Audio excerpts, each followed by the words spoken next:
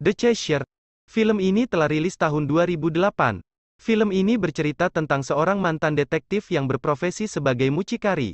Dia mencoba mencari keberadaan wanita yang hilang secara misterius. Pelakunya sangat pintar menyembunyikan orang yang dibunuhnya. Sampai dia dihajar abis-abisan masih saja tidak mau mengaku. Oke, tanpa lama-lama, yuk kita langsung masuk ke ceritanya. Film ini memperlihatkan seorang pria bernama Jung Ho, yang memiliki bisnis penyewaan PSK atau mucikari kalau di Indonesia. Yang dimana wanita-wanita tersebut akan dikirim ketika ada orang yang memesannya. Bisnis ini sudah lama dijalani Jung Ho. Padahal dulu dia adalah seorang detektif handal. Namun karena Jung Ho ketahuan memiliki bisnis mucikari ini, akhirnya dia diberhentikan menjadi seorang detektif. Karena diberhentikan akhirnya Jung Ho memilih untuk mengembangkan bisnisnya sendiri. Sampai pada suatu hari, ada salah satu pelanggan yang ingin menyewa wanita. Jung Ho lalu mengirimkan seorang wanita untuk menemui pelanggan tersebut. Ketika si pelanggan ini bertemu dengan wanitanya, pelanggan ini langsung mengajak ke rumahnya untuk bermain kuda-kudaan gaes. Setelah sampai di sana akhirnya mereka turun dari mobil dan segera masuk ke rumah pelanggan. Namun anehnya wanita itu tidak ujung kembali dan membiarkan mobilnya tidak terurus selama beberapa hari.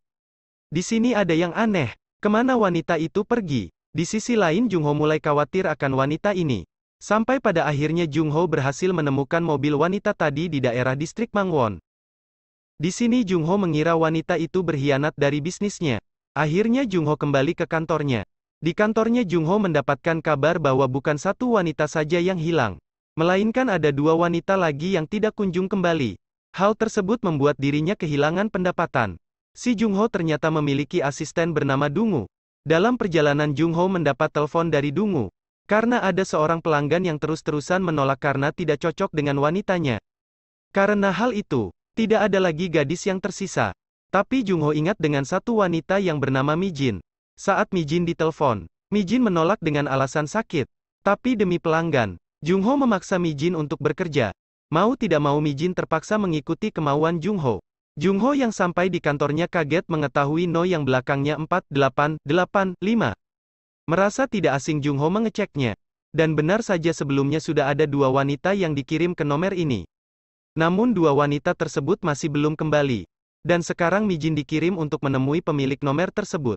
Mengetahui hal tersebut Jung Ho mengira wanita-wanitanya telah dijual oleh si pemilik nomor ini. Khawatir si Mi Jin kenapa-kenapa. Si Jung Ho menelpon Mi Jin untuk mengingat alamat dan segera memberitahukannya ke Jung Ho. Di sisi lain Mi Jin telah sampai ke rumah pelanggan. Dia mengingat alamat tersebut yang nantinya akan diberikan kepada Jung Ho. Di dalam, Mi Jin beralasan ingin ke toilet terlebih dahulu. Padahal dia ingin mengirim pesan kepada Jung Ho. Namun naasnya di tempat itu tidak ada sinyal sama sekali. Sehingga Mi Jin tidak bisa mengirim pesan. Ketika selesai dari kamar mandi Mi Jin berpura-pura lagi lupa membawa pengaman. Namun setelah ingin keluar ternyata pintunya sudah terkunci. Pada akhirnya si orang misterius ini mengikat tangan Mi Jin. Ternyata orang ini adalah psikopat sadis yang telah banyak membunuh orang dan mengubur semua mayat di halaman rumahnya. Banyak warga yang sudah melapor kejadian kehilangan keluarganya. Namun pelaku tidak kunjung ditemukan. Di saat setelah itu, kepala Mi Jin dipukul dengan pahatan dan juga palu. Di saat bersamaan tiba-tiba ada tamu yang datang ke rumahnya. Hal tersebut membuat dirinya keluar untuk menemui tamu tersebut. Lantas orang misterius ini langsung membawa kedua orang tersebut masuk ke dalam rumahnya. Dan tak lama setelah itu, lagi-lagi si orang misterius ini membunuh keduanya. Mereka bertiga langsung ditaruh begitu saja di kamar mandi. Akan tetapi ternyata si Mi Jin belum benar-benar mati. Setelah menaruhnya orang ini pergi begitu saja dengan mobil. Di sisi lain Jung Ho tetap menunggu pesan dari Mi Jin. Berjam-jam Jung Ho menunggu tapi tetap tidak mendapatkan kabar. Akhirnya Jung Ho sadar, kalau Mi Jin ikut jadi korban juga. Dia mulai frustasi. Akhirnya dia melakukan pencarian di daerah perumahan itu sendiri. Tidak lama setelah itu Jung Ho mengalami tabrakan dengan si misterius ini. Si Jung Ho curiga karena melihat ada bercak darah segar di pakaian orang ini. Karena penasaran akhirnya Jung Ho menelpon pelanggan yang dia curigai. Dan benar saja nomor itu mengarah pada dirinya. Si misterius ini langsung kabur dari Jung Ho. Dan terjadi kejar-kejaran antara mereka. Pada akhirnya Jung Ho berhasil menghajar dan menyerahkan si misterius ini ke polisi. Setelah diinterogasi Yongmin dibawa ke kantor pusat.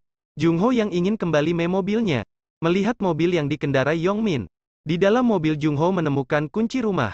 Namun anehnya terlalu banyak kunci yang ada. Bersama si Dunggung, dia memeriksa setiap rumah dengan kunci yang ada. Selang beberapa waktu Jung Ho mendapat telepon dari Dungu. Dia berkata bahwa ada salah satu rumah yang cocok dengan salah satu kunci tersebut. Namun setelah Jung Ho sampai di sana, dia tidak menemukan apa-apa. Tetapi Jung Ho mendapatkan gambar aneh di sebuah dinding.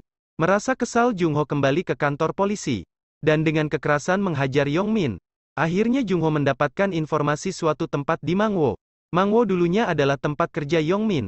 Polisi berusaha mencari bukti-bukti di tempat tersebut. Di sini Jung Ho menyadari ada yang aneh dari pengakuan Yong Min. Karena tempat kejadian sangat jauh dari tempat tersebut. Menurut Jung Ho, pengakuan Yong Min sangat tidak masuk akal.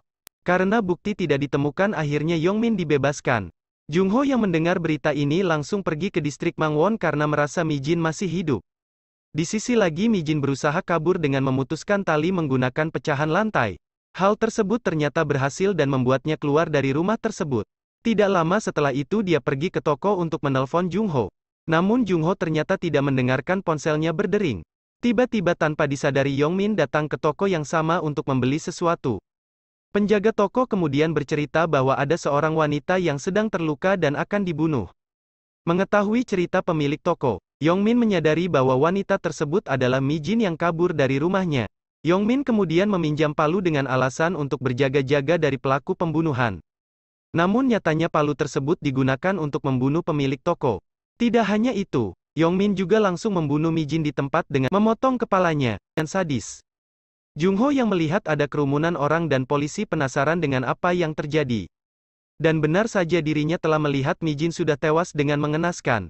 Tetap mencari keberadaan Yong Min hingga malam, dan ketika melewati sebuah gereja dirinya mengingat akan suatu hal.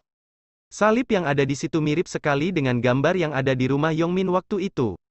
Jung Ho langsung masuk ke dalam untuk menanyakan identitas Yong Min. Pada akhirnya Jung Ho mendapat informasi tempat tinggal Yong Min. Di sisi lain Yong Min sedang mengubur mayat yang ada di dalam kamar mandi rumahnya. Di sisi lain Jung Ho telah sampai di rumah Yong Min. Sebelum masuk dia sempat memberikan alamat Yong Min yang sebenarnya ke polisi.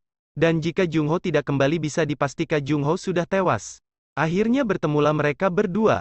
Di sana mereka bertarung habis-habisan. Namun Jung Ho berhenti memukuli Yong Min karena dia melihat ada sesuatu di dalam akuarium. Yang ternyata itu adalah kepala Mi Jin. Dirinya langsung syok karena melihat hal itu. Yong Min langsung mengambil kesempatan dengan memukul kepala Jung Ho dengan stik golf. Di sana mereka bertarung sampai titik darah penghabisan.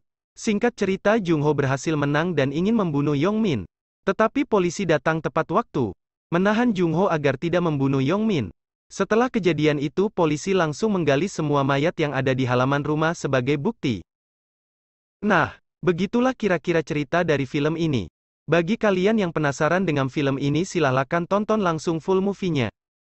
Terima kasih karena udah menonton video ini. Semoga terhibur dan sampai ketemu lagi di video selanjutnya.